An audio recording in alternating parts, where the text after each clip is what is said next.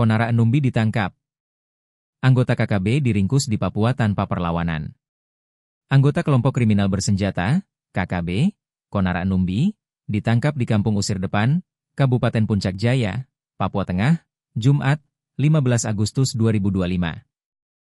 Satuan Tugas, Satgas, Damai Kartens menangkap Konara saat berada di sebuah honai.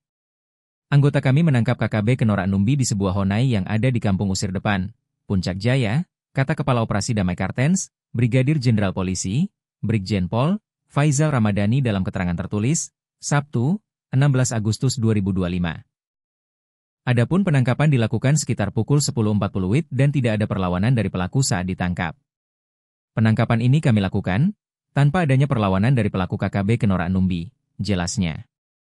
Selama penangkapan, polisi menemukan sejumlah barang bukti, antara lain 1 unit sepeda motor Yamaha Vision 150, 1 buah noken kepala, 1 jaket coklat, dan 3 bungkus pinang.